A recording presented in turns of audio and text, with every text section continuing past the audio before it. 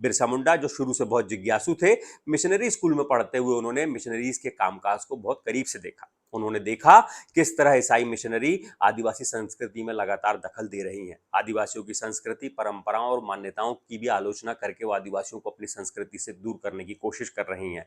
साथ ही आदिवासी संस्कृति को पूरी तरह खत्म करने के लिए धर्म परिवर्तन पर जोर दिया जा रहा है। यही सब देखकर बिरसा मुंडा ने ईसाई मिशनरी की खुलेआम आलोचना शुरू की और साथ ही 1891 में उन्होंने ईसाई धर्म छोड़ दिया। इसके बाद क्या हुआ?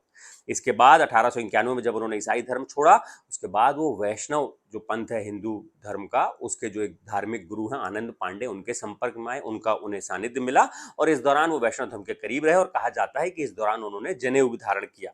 अगले 3 सालों तक बिरसा मुंडा ने धर्म का व्यक्तिगत जिंदगी और सामाजिक जिंदगी में पड़ने वाले प्रभाव का चिंतन मनन किया और इसके बाद फिर जल्द ही बिरसा मुंडा अपने परंपरागत धर्म की ओर लौटने लगे, यानी प्रकृति से जुड़ा आदिवासी धर्म।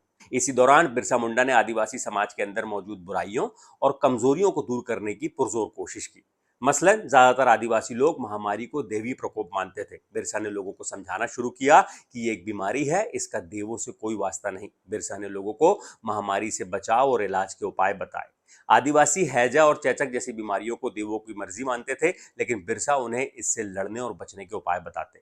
आदिवासी सांप के काटने और जंगली जानवरों के द्वारा किसी इंसान का शिकार कर लिए जाने को भी ईश्वर की मर्जी मानते थे, लेकिन बिरसा मुंडा ने लोगों को जागरूक किया और लड़ने और बचने का उपाय बताया।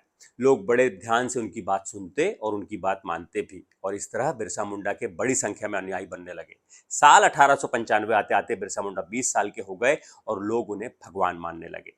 वे बीमार लोगों को ठीक कर सकते थे। दूर दराज से लोग बिरसा मुंडा के पास अपनी बीमारी का इलाज कराने आते। बिरसा मुंडा उनके घावों पर मरहम लगाते और उनकी बीमारी का जो आदिवासी संस्कृति, उसकी जो जड़ी बूटी की जो परंपरा है, उससे वो इलाज करते, लोग ठीक हो जाते। धीरे धीरे बिरसा मुंडा ने लोगों को उपदेश देना शुरू किया, गांव गांव घूमकर आदिवासी लोगों को जागरूक किया।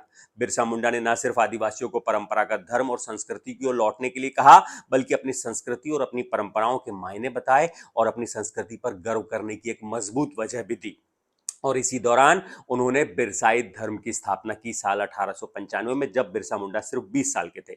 बिरसा मुंडा ने अलग आदिवासी धर्म इसलिए बनाया ताकि आदिवासी समाज अपनी संस्कृति और परंपराओं से जुड़ा रहे, साथ ही साथ अंधविश्वासों और दूसरी वैसी परंपराओं से दूर रहे जिसमें बीमारियों को, महामारी को, प्रकृति को देवी प्रकोप माना जाता था। आदिवासी लोग इस पर विश्वास करना बंद कर दें।